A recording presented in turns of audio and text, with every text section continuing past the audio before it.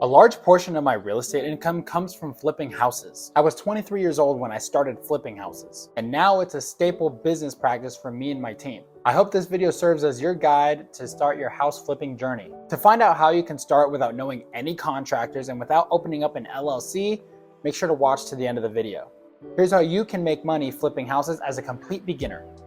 First step is finding the property. You want to find a property that looks like it'll need a lot of work. Something that might not even look safe to live in its current condition. The uglier the better. If there's mold, there's gold.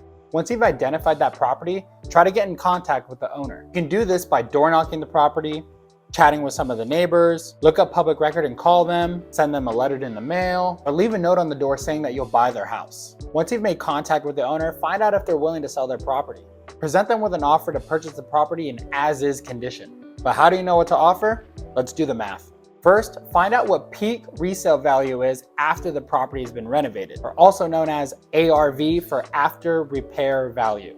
You do this by looking up recently sold houses that are similar style in the same neighborhood. Once you've found your ARV, multiply that number by 70%, and that offer number is a good place to start. Now, this number won't always work, like if the house has extensive fire damage. But if it's a traditional fixer that needs flooring, AC, roof, windows, you should be good to go.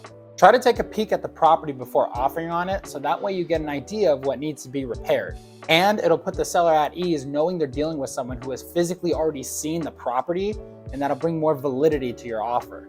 Once you've come to a written agreement with the seller, find an escrow and title company to complete the transaction so that you get recorded at title as the new buyer and new homeowner of the property. The top two methods to purchase property are through cash or hard money loans. Hard money loans are a good way to leverage other people's cash during the 3 to 4 month process of you renovating until you sell for profit. Hard money loans are short-term loans, usually structured like this. Numbers may vary, but usually a hard money loan will lend up to 90% of the purchase price with 1% upfront and 10% interest over the life of 12 months of the loan with no prepayment penalties. Some lenders will even lend you 100% of the purchase price and 100% of the renovation budget in exchange for more of the net proceeds when you sell.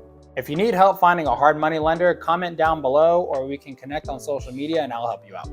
Now that you've purchased the property, it's time to start the renovation. If you don't know a contractor or a renovation team, there's a couple ways you can assemble your crew. You can find a renovation team by a Google search or Home Depot parking lots. You can probably find at least 5 phone numbers wrapped on the side of trucks that are parked in the Home Depot parking lot. Try to get a couple bids and have these guys show you proof of work that they've done in the past, but hire someone quickly. Clock is ticking. Renovations start with demo, then you're gonna paint and texture, windows, doors, fixtures, kitchens, bathrooms, flooring, water heater, AC, roof, and some landscaping for curb appeal. Renovation usually takes 6 to 10 weeks depending upon the job. Once the property is renovated, team up with a realtor to help sell it. Take a look at the recently sold comps and the current active properties that are nearby and take into account your break-even number. Then decide what you're gonna list for. Once you list the property, you're going to take a couple days or a couple weeks to showcase the property to the public and potential buyers. Then after that time, hopefully you've generated enough interest buyers to have multiple offers. Once you've collected your offers, it's time to select an offer and then go into escrow. Once escrow is opened, it takes about 30 days to close escrow. Then the escrow officer will send the property to title, where it'll then be recorded and transferred in the new buyer's name. The next day after it records, escrow will then wire you your money. That's generally how to flip a house and make some money. But if you're a beginner, there's an easier way to do this. This is how I started. Finding the property, step 1, doesn't change. The methods to finding the deal stays the same. But with everything else, there's a little bit of an easier way. This method requires knowing an investor who you have a good relationship with that already flips houses and is someone that you can trust. You're gonna find the deal, you're gonna tell your investor about it, and then they're the ones that are gonna buy it and close on it. But before they close on it, have a written agreement saying that you guys are going to split the deal 50-50, also called a JV agreement.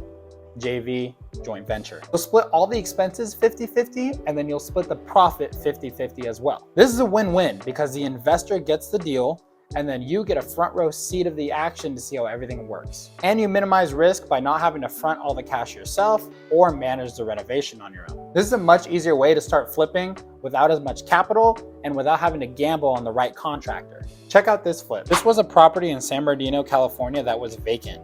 The owner lived in Las Vegas. My partner contacted the owner and we met halfway to sign an agreement to purchase the property for $285,000 with a hard money loan.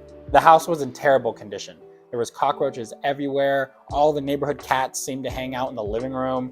And there was a gaping hole in the ceiling. The renovation took a while after multiple rain delays, and the final number of the renovation cost was $70,000. $70,000 later, and the property looked like this. When the property was listed, we sold for $470,000 for a gross profit of $115,000 in less than 4 months. Now, when you buy and sell a property, there's some fees that go into it. Of that $115,000, there was closing costs when we bought it and when we sold it. Roughly $9,000 total on both ends of the transaction. And there's payments made to the hard money lender and commissions to the realtor who represents the buyer when you sell it, bringing the total profit for this property to $80,000. Now, if you were to do this deal by yourself, your out-of-pocket cost would be $110,000. But imagine sending out your $110,000, then in 3 to 4 months, getting your $110,000 back, plus $80,000 with it. And if you team up with an investor that you trust, like in the second method that I mentioned, that's $55,000 out of pocket.